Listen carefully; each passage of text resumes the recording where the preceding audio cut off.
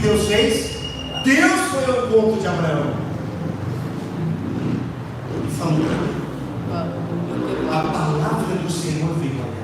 É a primeira vez na Bíblia que tem palavra do Senhor. É a primeira vez na Bíblia que tem visão. Por quê? Porque Deus está mostrando que Abraão é um profeta, como os profetas que a gente vê nos livros de Isaías, Jeremias, Ezequiel. E quem chamou para ser profeta nos últimos dias?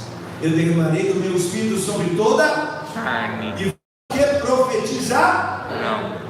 Você não vai conseguir viver a promessa de Deus na sua vida. Presta atenção. Se você não tiver um encontro tete a tete com Deus, Jesus falou assim: quando orares, não fica na praça, não fica na frente dos outros, mas você tem que ir para onde? No seu quarto. Você não vai conseguir viver a promessa de Deus. Guarda no seu coração. Se você não priorizar o relacionamento com Deus, se você não priorizar o ouvir de Deus, ele teve uma visão e ele viu a Deus e Deus falou com ele. O que Deus falou primeiro? Não temas. O que Deus falou? Ele deu a solução do problema. O que ele falou? Olha só: eu sou o teu escudo. Como diz o Salmo número 3, quando Davi diz assim, Davi está com medo, e aí diz na introdução de Salmos ali, que ele estava fugindo do seu filho Absalão, e ele diz assim: tu, Senhor, meu escudo, e tu és a minha glória. Deus é o seu escudo. Então por que você está com medo?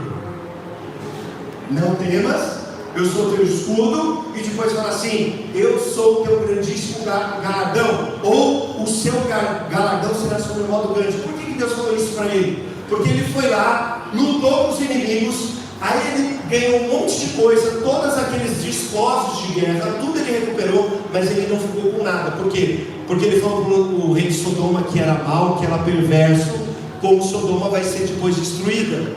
Ele fala assim: olha, você não vai dizer por aí que foi você que me enriqueceu, pode ficar com tudo.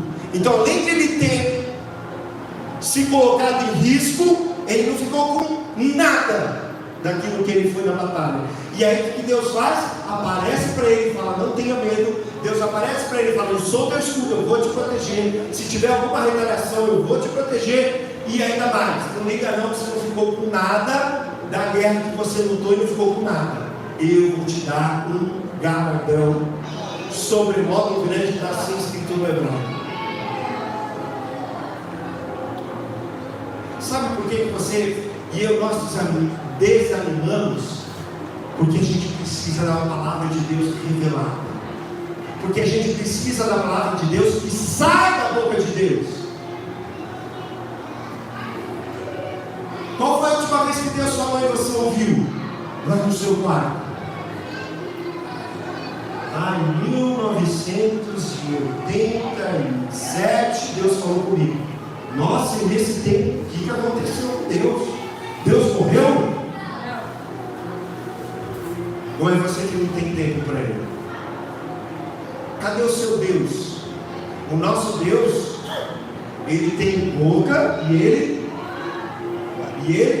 fala. Ele tem ouvidos e ele tem olhos e ele tem pés, ele anda. Ele tem mão, ele pode salvar.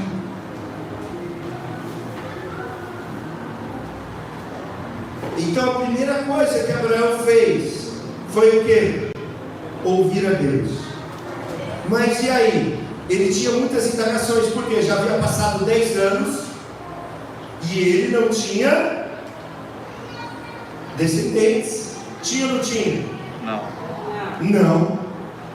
E aí então é a primeira vez que Abraão responde para Deus.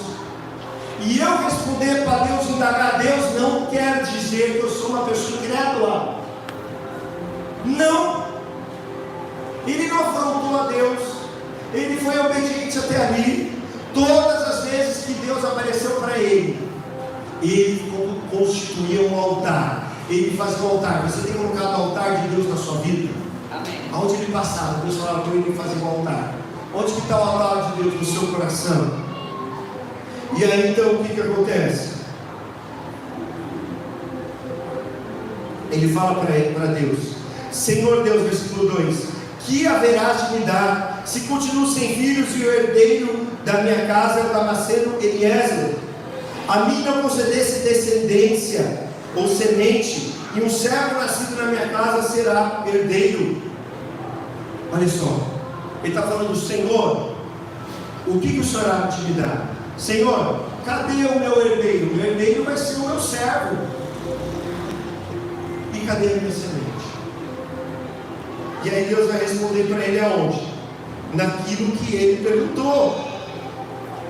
O que ele perguntou? Quem será minha descendência? E aí Deus responde para ele, no versículo 4: não será esse o teu herdeiro. Você tem perguntas específicas para Deus? Sim ou não? Você aguarda a resposta dele? Sim ou não?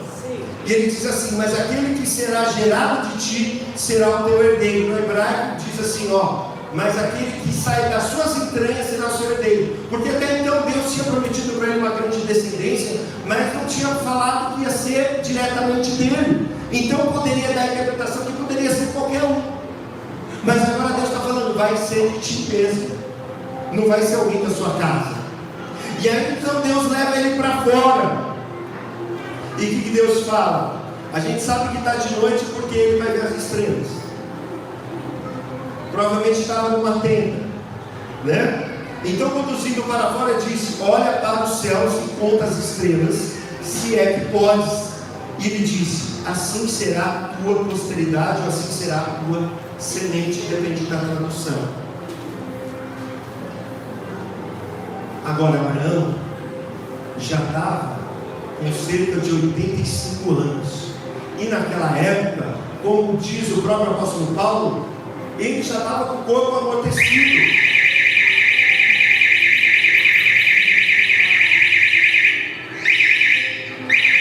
Isso é para você acordar, tá?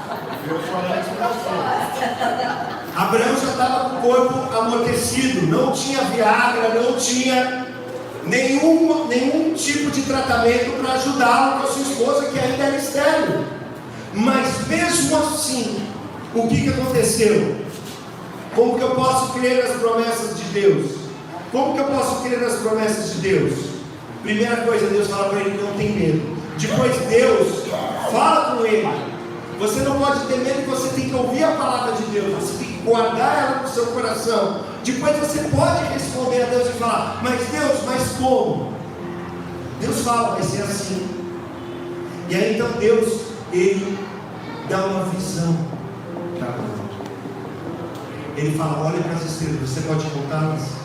Assim será a sua descendência. Quando a gente escolhe crer, a gente descansa, a gente confia. O texto vai continuar, mas ele não vai mais falar desse assunto com Deus nesse capítulo. Por quê? Porque ele creu em Deus. E quando a gente crê em Deus, o que acontece? Quando a gente crê na promessa de Deus, não só a promessa de Deus se cumpre, mas a gente vive pela fé e a gente é salvo. A promessa de Deus na minha vida está ligada com a salvação de Deus na minha vida. Por quê, pastor? Por quê? Porque ele creu em Deus e isso foi imputado como justiça. Quem que morreu por nós e nos justificou? Jesus. Como que eu sei que a minha fé é verdadeira e que eu creio? Porque um dia eu me batizei, porque um dia eu fiz a profissão de fé para quem? Não. Pela sua vida. A sua vida, as suas atitudes.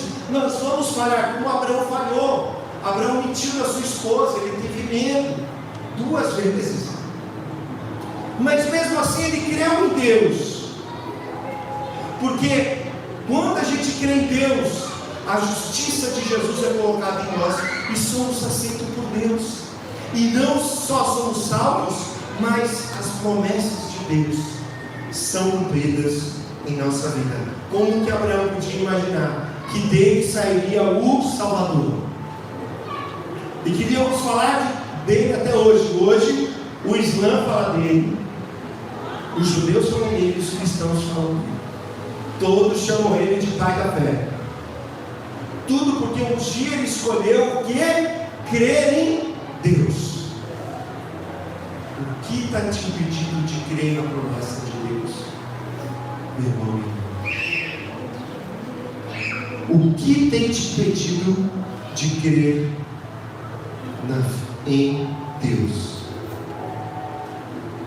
Ora, a fé é a certeza das coisas que se esperam, a convicção de fatos que não se veem. Pois pela fé os antigos obtiveram bom testemunho. Pela fé entendemos que o universo foi formado pela palavra de Deus, de maneira que o invisível veio a ser visível e passou a existir das coisas que não aparecem. O invisível se tornou visível. Abraão olhou para as estrelas e teve uma visão das estrelas, sim. Mas ele criou no coração que cada estrelinha daquela seria a sua posteridade. Deus tinha ou não tinha um pensamento melhor para Abraão? Deus tinha ou não tinha uma promessa melhor para Abraão? Tinha. Mas a promessa sempre vai se cumprir no tempo de Deus. Vai se passar ainda 15 anos para Deus cumprir a promessa.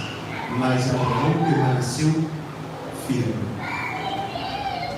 Eu quero orar com você. Porque talvez você tenha desistido das promessas de Deus na sua vida. Talvez você colocou de lado Deus e não está mais ouvindo. A igreja é importante sim, mas você precisa ter um tete a tete com o Senhor. Você precisa ler a palavra de Deus e Deus falar com você. Não é um exercício teológico, é um exercício relacional. Você tem um pai, você é um filho, e você tem livre acesso à presença dele no novo e vivo caminho do sangue de Jesus. O que a Bíblia diz? Ela diz: então nos aproximemos dele com o quê? Com fé, com ousadia. Pelo quê? Pelo sangue de Jesus. Aonde está aquela ousadia? Onde está aquela fé que quando, por exemplo, eu falo para minha filha, você vai ganhar tal coisa, ela já fica contando os dias. Ela não quer saber se eu tenho dinheiro, se eu não tenho dinheiro, quanto que é, quanto que custa. Eu falo para ela que custa os olhos da cara. Ela fala: papai, quanto custa os olhos da cara? Sim. Papai, eu falo assim para ela: nossa, eu vou ter que deixar minhas calças lá. Papai, custou as suas calças? Ela fala assim. Eu falo: custou minhas calças. Mas ela sabe que o pai seu valor vai dar. Agora, aquele que não poupou o seu filho, não nos dará juntamente com ele todas as coisas. Se somos herdeiros e co-herdeiros com Cristo, se ele já nos abençoou com todas as sortes, bênçãos espirituais das regiões celestiais em Cristo Jesus. Você não sabe esses textos, você não sabe. E o meu povo merece por falta de conhecimento. Você tinha que comer isso aqui. Você tinha que almoçar e arrancar e comer. Arranca e come. Por quê? Porque senão você não vai conseguir. Abraão conseguiu porque ele ouviu a voz de Deus específica para ele. E qual foi a última vez que Deus falou especificamente com você? Não através do profeta, mas você ouvindo. Qual foi? Então eu quero orar com você. Pai.